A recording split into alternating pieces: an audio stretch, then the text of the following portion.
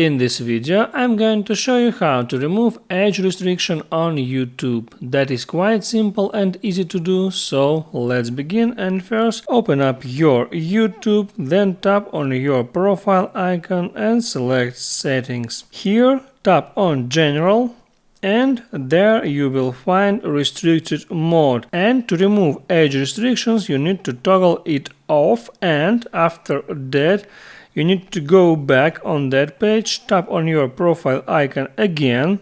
Here select Manage your Google account. There tap on Personal Info. And here you need to make sure that your age is more than 18 years.